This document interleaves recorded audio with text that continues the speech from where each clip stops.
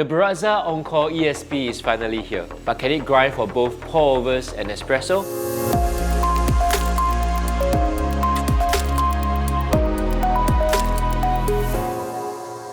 Today, I'm going to stress test this demo unit of the Baratza Encore ESP. The previous Encore has been the most affordable choice for filter brewing and pour-overs. The big difference with the new machine is it claims to have the definition you need for espresso, hence ESP. Today, I'm going to do a blind taste test to see how the machine performs against the old Encore with a pour-over. Then, we'll see how it fares against a commercial grinder for espresso. In the past, Baratza have offered interchangeable bowl sets in an attempt to create one grinder for all brews. With the ESP, they completely redesigned the old Encore adjustment assembly. As you get close to the espresso end of range, the pitch of the mechanism shallows up drastically. They have also swapped out the Encore's burrs with the M2 cone burr that normally ships with the Virtuoso Plus. The machine also comes with this anti-static dosing cup that fits 58 and 54 mm portafilters. Now for the taste test, which features slightly different lighting and an exciting change of background music.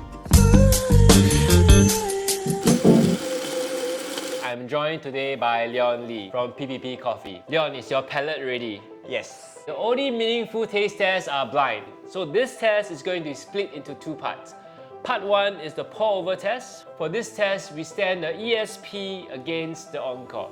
Part 2 will be the espresso test. This is the biggie.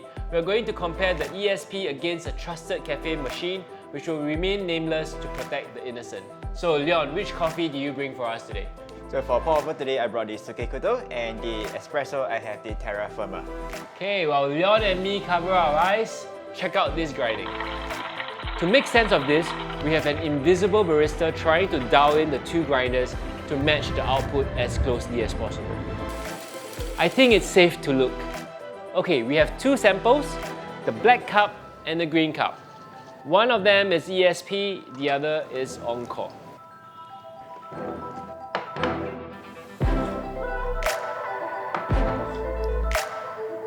So which do you think is from the Encore ESP? The black cup is the ESP.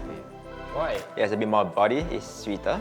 There's a lot more dimension to it, and the body and tactile is a lot better as well. Okay, so the results are in, and I was told the black cup is from the Encore ESP. So you are right. Like each sip that you take, you get different flavors, and it doesn't just dies off. It lingers on in your mouth.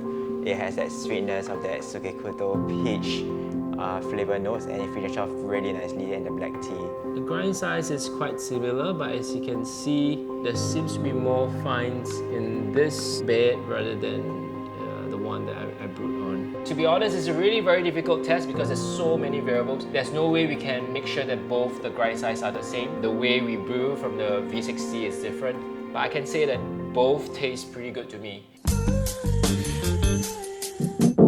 The invisible barista is back, and I have with me the two samples. We do not know which is which. There's only one way to find out. Let's pull some shots. This time we're going to use the blue and green espresso cups, but the coffee is Terra Firma.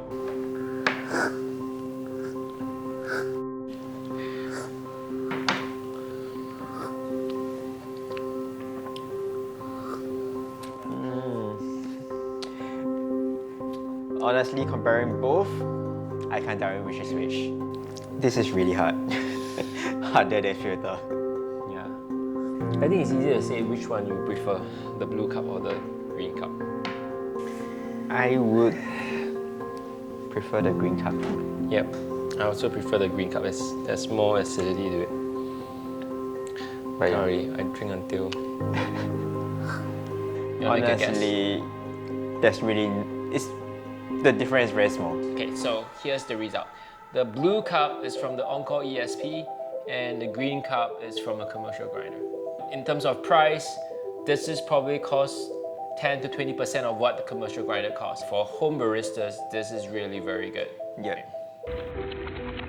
Pretty impressive. So, is this machine a substitute for a much more expensive espresso grinder? Obviously not. This machine is designed very much for the home user on a budget. Baratza have obviously kept the price under control by making only the most necessary improvements. One of the things that impressed us was how subtle taste notes can get if you take your time with this machine. Here are reviews first by hitting subscribe. If something's on your mind, knock out your portafilter in our comment box. See you next time for more grinding.